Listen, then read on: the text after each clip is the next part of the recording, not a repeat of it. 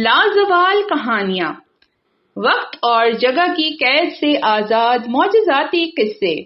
کیا آپ ہمارے ساتھ اولو العزم پیغمبروں کے تاریخ کی شکل کو بدل دینے والے معجزاتی واقعات سے پردہ اٹھانے کے لیے ٹائم مشین میں ایک ناقابل فراموش سفر کرنے کے لیے تیار ہیں؟ آج ہم اپنی کہانی میں ایک انوکھی جنگ دکھائیں گے، جادو کی جنگ، سب سے بڑی جادوگروں کی جنگ۔ پھر کیا آپ تیار ہیں دیکھنے کے لیے کہ اس جادوگروں کی جنگ میں فتح کس کی ہوئی؟ پیاری مفتاح الجنہ کی فیملی کو السلام علیکم ورحمۃ اللہ وبرکاتہ۔ امید ہے کہ آپ سب صحت اور ایمان کے ساتھ رمضان کی برکتوں کو سمیٹ رہے ہوں گے انشاءاللہ تعالی۔ آج ہم آپ کو اپنی ٹائم مشین میں بٹھا کر ایسی دنیا میں لے کر جانے والے ہیں جہاں حیران کن معجزاتی قصے آپ کی رب ذوالجلال والاکرام سے محبت مضبوط اور ایمان تازہ کر دیں گے۔ ایسے واقعات جنہوں نے آنے والی تاریخ کی شکل کو ہمیشہ کے لیے بدل دیا۔ تو پھر کیوریس ٹائم ہاپرز، آج سے تاریخ کے ایک بالکل نئے چیپٹر کا آغاز ہوتا ہے۔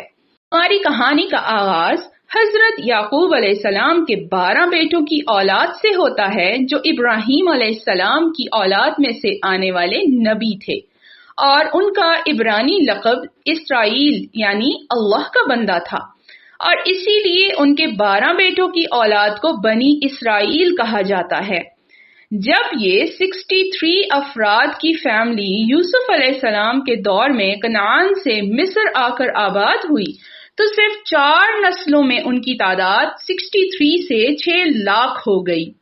چونکہ یوسف علیہ السلام کے زمانے میں ان کو دریائے نیل کے کنارے زرخیز زمین اور اعلیٰ عہدے ملے تھے، تو مصر کے آبائی لوگ جن کو قبطی کوپٹک کہتے ہیں وہ ان سے اس وجہ سے حسد کرنے لگے کہ یہ مصر کے باہر سے آنے والے ایکزوس ہماری زرخیز زمینوں پر قبضے کر رہے ہیں، اور یوں بنی اسرائیل اور قبطیوں کی بدترین ازلی دشمنی کا آغاز ہوا، اور موقع ملتے ہی قبطیوں نے بنی اسرائیلیوں کو اپنا غلام بنا لیا۔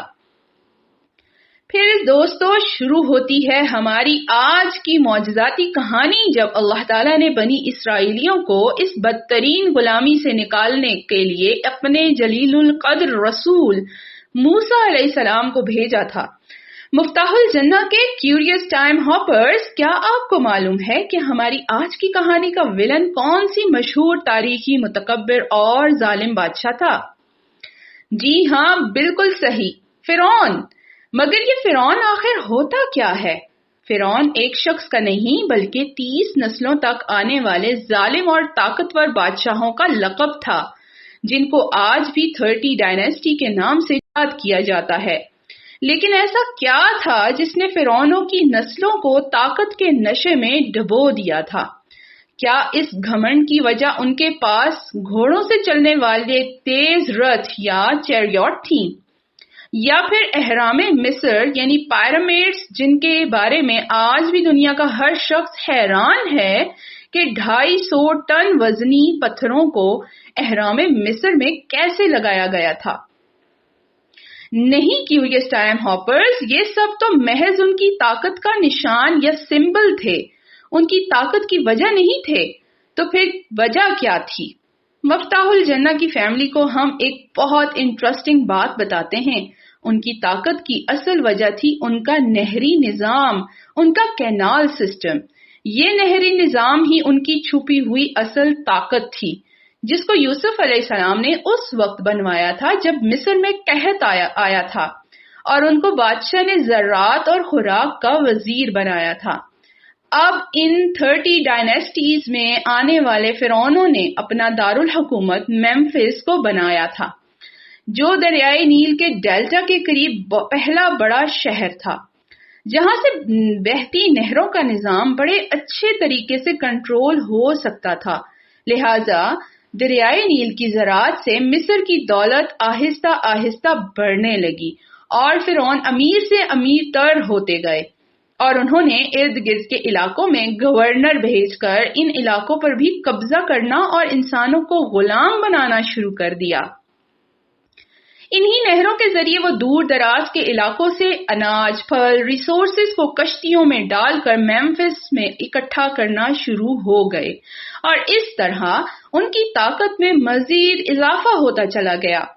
پیارے دوستو، یہ انسانی فطرت ہے کہ جب مال و دولت کی زیادتی ہوتی ہے تو انسان کے دل و دماغ پر عجیب و غریب خیالات آنے لگتے ہیں۔ چنانچہ دولت کے نشے میں فرعونیوں میں بھی یہی خواہش پیدا ہوئی کہ وہ اس عیش و عشرت کو کبھی بھی ختم نہیں کریں گے یا کبھی بھی ختم نہیں ہونا چاہیے، حتیٰ کہ اپنے مرنے کے بعد بھی وہ اس دولت کو اپنے ساتھ ہی لے کر جانا چاہتے تھے۔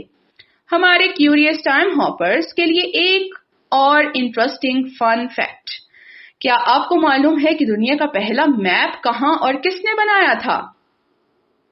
جب مصری گورنر اپنے ارد گرد کے علاقوں پر قبضہ کرتے ہوئے سوڈان تک جا پہنچے تو وہاں انہوں نے سونے کی سب سے بڑی کانیں دریافت کی۔ دنیا کا سب سے پہلا میپ فرعونیوں نے اس سونے کی کانوں کا بنوایا تھا تاکہ اس سونے کو نہری نظام کے ذریعے مصر تک پہنچایا جا سکے۔ اور پیارے ساتھیوں، یوں شروع ہوئی فرعونیوں کی فرعونیت۔ ٹائم ہاپر فرینڈز، انہی فرعونیوں میں سے ایک فرعون نے خواب دیکھا تھا کہ ایک آگ کنعان سے مصر کی طرف چلی آ رہی ہے، جس نے فرعون کے گھروں کے تمام لوگوں کو جلا دیا ہے اور صرف بنی اسرائیل کے گھر سلامت رہے ہیں۔ اب فرعون بادشاہ تھا اور بنی اسرائیل اس بادشاہ کے غلام، لہٰذا اس ظالم نے تمام نجومیوں اور جادوگروں کو اکٹھا کیا اور ان سے اس خواب کی تعبیر پوچھی، جس پر نجومیوں نے بتایا کہ بنی اسرائیل میں ایک بچہ پیدا ہوگا اور اسی بچے کے ہاتھوں اہل مصر کی ہلاکت ہوگی۔ اس وقت فرعون نے جس سخت فیصلے کا اعلان کیا اس کا ذکر قرآن میں 4 جگہ پر ہے۔ ارشاد ہوا، ان کے بیٹوں کو قتل کر دو اور بیٹیوں کو زندہ چھوڑ دو، جس پر اس کے دربار کے سرداروں نے کہا کہ اگر سارے غلام مرد مر گئے تو ہماری مزدوری اور کام کون کرے گا؟ جس پر 1 سال لڑکوں کو چھوڑ دینے اور 1 سال پیدا ہونے کے والے تمام لڑکوں کو قتل کر دینے کا حکم نافذ ہوا۔ ساتھیوں، کیا آپ کو یاد ہے کہ ابراہیم علیہ السلام کی داستان میں بھی ایک ایسی ہی پیشن گوئی پر نمرود نے فوراً بچوں کو قتل کرنے کا حکم دیا تھا؟ اس کی وجہ کیا تھی؟ Brave and curious time hoppers, gravity کی طرح کائنات کے کچھ اصولوں کو اللہ تعالیٰ نے فکس کر دیا ہے، اسی طرح اللہ تعالیٰ کی سنتیں بھی فکسڈ ہیں، جن میں سے ایک یہ ہے کہ وقت اور زمانہ کوئی بھی ہو، شرک کا اثر دلوں کی اور مزاج کی سختی کی صورت میں ہمیشہ نظر آتا ہے۔ جب بھی کسی مشرک سے عقیدے کی بات کی جائے وہ غصہ اور سختی دکھاتا ہے، کیونکہ اس کے پاس دلیل نہیں ہوتی ہے کہ آرام سے بات کرے، اور اسی لیے مرنے مارنے پر اتر آتا ہے۔ اور یہی کچھ ابراہیم علیہ السلام کی قوم اور نمرود نے کیا تھا، اور یہی فرعون نے بھی کیا تھا۔ پیارے ساتھیوں، آپ کے لیے ایک اور فن فیکٹ، کیا آپ کو معلوم ہے کہ موسیٰ نام کا کیا مطلب ہے اور یہ کون سی زبان کا لفظ ہے؟ مصر کی ہائیروگلفکس کی ڈی کوڈنگ سے پتہ چلا ہے کہ موسیٰ قبطی یا مصری زبان کا لفظ ہے، اور منہ کا مطلب پانی اور مس کا مطلب پانی سے نکلا ہوا ہے، جو کہ بڑی دلچسپ بات ہے۔ اور آپ سب یقیناً پوچھیں گے کیوں، اور یہ ہائیروگلفکس کیا ہوتا ہے؟ تو پیارے ساتھیوں، جلدی سے ٹائم مشین میں ایک قلع بازی کھاتے ہیں۔ فرعون اور اس کی فوج کی اتنی پلاننگ کے اوپر اللہ القدیر کا پلان غالب آ گیا۔ جب موسیٰ علیہ السلام کی والدہ نے فرعون کی قتل کے ڈر سے ان کو صندوق میں ڈال کر دریائے نیل میں بہا دیا تھا تو موسیٰ علیہ السلام کی بہن صندوق کے پیچھے پیچھے چلتی انہیں دیکھتی رہی تھی، یہاں تک کہ فرعون کے گھر والوں میں سے ایک نے صندوق کو اٹھا لیا تھا، اور اگرچہ فرعون نے ان کو قتل کرنا چاہا تھا مگر اس کی بیوی آسیہ نے کہا، عنقریب یہ میری اور تیری آنکھوں کی ٹھنڈک بنے گا، اسے قتل نہ کر، ہو سکتا ہے کہ ہم اسے اپنا بیٹا بنا لیں۔ اور اس طرح موسیٰ علیہ السلام ایک شہزادے کی طرح محل میں بڑے ہوئے۔ ہائیروگلفس مصری لکھنے کا ایک سسٹم تھا جس میں تصویروں اور سمبلز کے ذریعے لکھا جاتا تھا، اور آج ہزاروں سال بعد جو تختیاں اہرام مصر سے نکل رہی ہیں ان میں موسیٰ علیہ السلام کا پانی سے نکالا جانا اور شہزادہ بننا بھی لکھا ہوا ہے، یہاں تک کہ ان سے ایک قبطی کا غلطی سے قتل ہو گیا تھا اور وہ مصر چھوڑ کر مدین چلے گئے تھے، جہاں سے پھر ان کے نبوت ملنے کے واقعات کا آغاز ہوا، جب اللہ جل جلالہ نے انہیں کوہ طور کے دائیں جانب سے آواز دی، جیسا کہ اللہ رب العزت کی شان کے لائق تھا۔ مفتاح الجنہ کے انٹیلیجنٹ ٹائم ہاپرز موسیٰ علیہ السلام کا شمار ان 5 اولو العزم رسولوں میں ہوتا ہے جن کا ذکر اللہ تعالیٰ نے انتہائی محبت سے بار بار قرآن پاک میں کیا ہے، اور اللہ کے مقدس کلام میں سب سے زیادہ جن جلیل القدر پیغمبر کا ذکر ہے وہ موسیٰ علیہ السلام ہی ہیں۔ انہی پر تورات نازل ہوئی تھی اور انہی کی داستان لاتعداد معجزات سے بھری ہوئی ہے۔ آج کی ہماری ٹائم مشین ہمیں ایسے ہی ایک معجزاتی معرکہ میں لے کر جانے والی ہے، جادو کی سب سے بڑی جنگ۔ یہ جنگ کب اور کہاں ہوئی تھی؟ اس میں فتح اور جیت کس کی تھی؟ کیا آپ سب تیار ہیں؟ تو پھر چلیں وقت کی کلابازی کھائیں اور پہنچے فرعون کے عالی شان محل میں، اور جہاں اس نے تمام ماہر جادوگروں کو اکٹھا کر رکھا ہے۔ جس طرح ہم نے دیکھا کہ ابراہیم علیہ السلام کی قوم کو ستاروں کے علم نجوم کے شرک نے گمراہ کر رکھا تھا، اسی طرح مصر کے معاشرے نے جادو کی گندگی میں لتھڑا ہوا تھا۔ مصری اپنی روزمرہ کی زندگی میں جادو، سائنس، طب اور مذہب کو ایک ہی چیز سمجھتے تھے، اور ان کا ماننا تھا کہ جادو ہاتھ لگائے بغیر کام کرنے کی طاقت ہے، جس کے ذریعے خدا دور بیٹھے اس دنیا کو چلا رہے ہیں، اور وہ بھی غیر انسانی اور شر پسند مخلوق کے ذریعے جادو کرتے، حتیٰ کہ ان میں سے ایسے ماہر جادوگر، ماسٹر میجیشنز ہوتے جو ہر طرح کے جادو کے ماہر تھے، اور ان کو فرعون کے محل میں خاص مقام حاصل تھا۔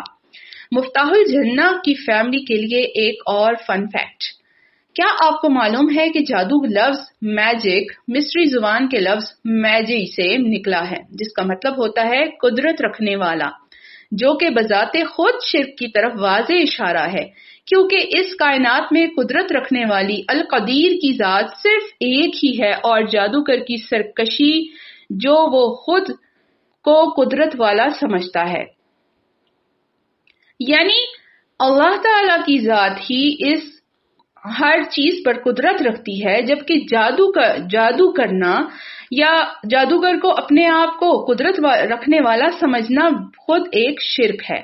کیا فرعون کے دربار کے جادوگر بھی ایسے ہی سرکش تھے؟ تو پھر اپنے زمانے کے سب سے بڑے اور ٹاپ پاور شو ہوا۔ حضرت موسیٰ علیہ السلام چونکہ حق پر تھے، اس لیے وہ بالکل گھبرائے ہوئے نہیں ہیں۔ فرعون نے پورے ملک کے ماہرین فن مکار جادوگروں کو بلایا ہوا ہے، اور ان کے ساتھ گمراہ اور سادہ لوح عوام الناس کا ایک مجمع ہے، تاکہ جادوگروں کے جیتنے پر فرعون کی پیروی کریں۔ لیکن حضرت موسیٰ علیہ السلام ان سرکاری تیاریوں کی کوئی پرواہ ہی نہیں کر رہے تھے۔ حضرت موسیٰ علیہ السلام کے ان جادوگروں کو موقع دیتے ہیں کہ وہ پہلے اپنے کرتب دکھائیں۔ موسیٰ علیہ السلام نے ان سے کہا، پھینکو جو تمہیں پھینکنا ہے۔ چنانچہ جادوگروں نے اپنی پوری مہلت، اپنی پوری استادی اور اپنی پوری مکاری سے فرعون کے نام کا ورد کر کے اپنی باری کا آغاز کیا۔ انہوں نے فوراً اپنی رسیاں اور لاٹھیاں پھینک دی اور بولے، فرعون کے اقبال سے ہم ہی غالب رہیں گے۔ پیارے ساتھیوں، آپ کے لیے فن فیکٹ، ہیری پوٹر اور تمام وزرڈز کے جادو کی طاقت کہاں ہوتی ہے؟ ان کی چھڑی یا میجک وانڈ میں۔ یہ کانسیپٹ کہاں سے آیا ہے؟ کیا کبھی سوچا ہے آپ نے؟ پھر موسیٰ علیہ السلام نے اپنا عصا پھینکا تو یکا یک وہ ان کے جھوٹے کرشموں کو ہڑپ کرتا چلا جا رہا تھا۔ ایک ایسا معجزہ ہو گیا جس کا وہ جادوگر تصور بھی نہیں کر سکتے تھے۔ انہوں نے اپنی شعبدہ بازی کی انتہا درجے کی صلاحیتیں صرف کی تھیں۔ انہوں نے ساری عمر اس شعبدہ بازی میں گزاری تھی اور اس میں پوری مہارت حاصل کی تھی۔ انہوں نے وہ تمام کرتب پیش کر دیے تھے جو ایک جادوگر کر سکتا ہے۔ وہ تھے بھی بڑی تعداد میں، ہر طرف سے گروہ در گروہ جمع ہو کر آئے تھے۔ موسیٰ علیہ السلام تو تنہا تھے، ان کے پاس صرف اپنا عصا تھا، مگر ان کے ساتھ تو اللہ القدیر القوی تھا۔ ہے نا ساتھیو، وہی القوی۔ یہ عصا ان کی تمام رسیوں اور لاٹھیوں کو بڑی تیزی سے ہڑپ کر گیا۔ جادوگروں کو اچھی طرح معلوم تھا کہ وہ جادو کے ذریعے کوئی عصا کسی چیز کو نگل نہیں سکتا، اس میں تو صرف رسی کی طرح ایک لچک دکھانے کا فریب ہوتا ہے، لیکن عصا نے تو در حقیقت تمام پھینکی ہوئی اشیاء کو کھا لیا۔ کسی چیز کا نام و نشان میدان میں نہ تھا۔ اگر جادو ہوتا تو جادو کے اثر کے بعد تمام لاٹھیوں کو موجود ہونا چاہیے تھا۔ انہوں نے جب دیکھا کہ میدان میں عملاً کچھ نہیں ہے تو ان کو یقین ہو گیا کہ حضرت موسیٰ علیہ السلام تو ہرگز جادوگر نہیں ہیں، وہ پیغمبر برحق ہیں، اور اس سچائی کو اس دنیا میں بہترین طور پر جاننے والے یہی جادوگر تھے۔ پھر حضرت موسیٰ علیہ السلام نے اپنا عصا پھینکا تو یکا یک وہ ان کے جھوٹے کرشموں کو ہڑپ کرتا چلا جا رہا تھا۔ اس پر سارے جادوگر بے اختیار سجدے میں گر پڑے اور بول اٹھے کہ مان گئے ہم رب العالمین کو، موسیٰ اور ہارون علیہ السلام کے رب کو۔ آپ کا خیال میں فرعون نے کیا کیا ہوگا؟ فرعون نے کہا، تم موسیٰ کی بات مان گئے قبل اس کے کہ میں تمہیں اجازت دیتا؟ ضرور یہ تمہارا بڑا ہے جس نے تمہیں جادو سکھایا ہے۔ اچھا، ابھی تمہیں معلوم ہو جائے گا، میں تمہارے ہاتھ پاؤں مخالف سمتوں سے کٹواؤں گا اور تم سب کو سولی پر چڑھا دوں گا۔ انہوں نے جواب دیا، کچھ پرواہ نہیں، ہم اپنے رب کے حضور پہنچ جائیں گے اور ہمیں توقع ہے کہ ہمارا رب ہمارے گناہ معاف کر دے گا، کیونکہ سب سے پہلے ہم ایمان لائے ہیں۔ سبحان اللہ۔ تو پیارے ساتھیو، کیا آپ بھی مان گئے کہ جادو کا شرک اور فریب کمزور اور اللہ ہی کی ذات القوی ہے؟ جادو کراہیت والی گندگی ہے اور اللہ القوی سے تعلق ہی ہمیں سر اٹھا کر جینا سکھاتا ہے۔ تو پیارے ساتھیو، یہ جاننے کے لیے کہ موسیٰ علیہ السلام کا فرعون ان 30 ڈائنیسٹیز میں سے کون سا تھا، اور اس موسیٰ علیہ السلام کی زندگی کا وہ واقعہ جو انتہائی عجیب و غریب ہے کہ کسی کو نہیں معلوم وہ کب اور کہاں پیش آیا، ملتے ہیں ہم اپنے اگلے سفر میں۔ تب تک کے لیے اللہ حافظ۔ السلام علیکم ورحمۃ اللہ وبرکاتہ۔ سلام سلام سلام سلام سلام سلام سلام